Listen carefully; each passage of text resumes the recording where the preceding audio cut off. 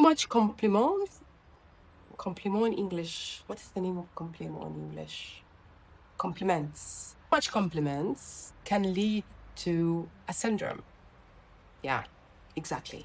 Let me take you from the beginning to this story. Let's say that you are working and you are at work and your manager is coming to you and always tell you, why didn't you do that? Why did you did this mistake? This is wrong. This is not right. It's not the right way to do the job. And you always feel like an anxiety, tired because you are in the spot. You are scared to make any mistake, and that makes you feel not focus and relax. This is a manager, and it's completely different from a leader. The manager, they think they always give order to manage everything around them. They when they give you orders, and they are making sure there is no mistake, they think this is the right way to manage it. The thing is, the difference is that leadership in general is a skill that you cannot have it from one day or another. It's like a muscle, you have to train it, you have to train yourself. Leaders, they always give orders, they always feel that they are in charge of people, so they always make sure nobody makes mistakes or make mistakes. The leaders, they go and ask the people how they are doing, they have empathy, and they are asking them what they can do to make their job better. So this is a big difference between both of them, like being a leader and being a manager, because being a manager, you can be a manager from many years you're working in this company. Like if you are working so much for the company and they started to, or they promoted you. But when you are a leader, everybody else is respecting you and love working with you, and they have a loyalty to the place they are working. If you're going to any company and you ask the employee, do you like your job? And they said, we love our job. You have to know that the person who is in charge is a real leader, because they make them feel that they are part of this company, so they have loyalty for it. And this is not something easy. This is not something everybody can do. That's why there is a lot of courses, a lot of people working in that, and universities as well giving workshops to make you know the difference between the manager and the leader. And too much compliments to the employee as well can lead to imposter syndrome.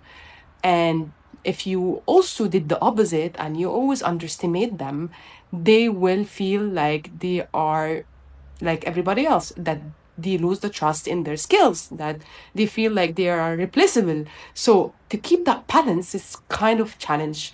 And today, let's dig deep to imposter syndrome.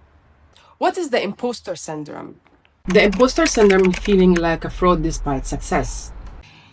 Have you joined a new job and you feel have a less experience despite being the perfect candidate on paper? Maybe your boss really trusting you so much with your assignment that you're feeling totally and completely unprepared for that.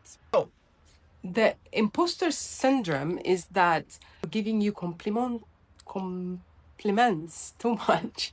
You feel like, okay, what if I am not how they think? What if my experience is not enough? What if I didn't do the job in the right way? What if, what if? And this is give you a lack of confidence as well. So both way give the person lack of confidence. If you keep putting them very high, they lose the confidence at some point because they don't know if they meet the expectation. If it's very low, that they also feel like, okay, maybe I am not good enough.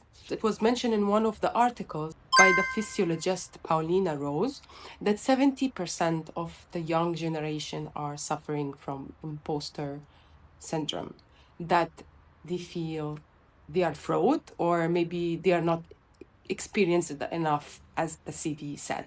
Thinking that people that have an exaggerated view of their abilities, or they having a fear of being exposed as a fraud. It's the continuous tendency to downplay your achievement. It doesn't matter what you did, you always feel downplay, because am I good enough? But Michelle Obama, she was suffering from this syndrome as well. So to keep running from this syndrome, you have always to think or keep positive mindset and trust your abilities. Mentioned in the article, when it's too much admiration, can hurt people rather than helping them.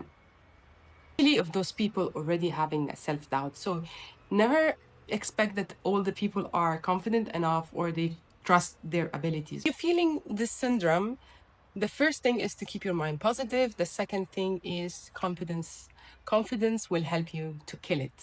But the thing is, it's not about this only syndrome, is about the leadership. Because imagine if you're a leader and you can give those feeling or emotion to your employees, if they are good enough or they are not good at all, or people can live with an anxiety after work. So this is very important for leaders to know how to talk to people, because they are not in charge of the company only, they're in charge of those people.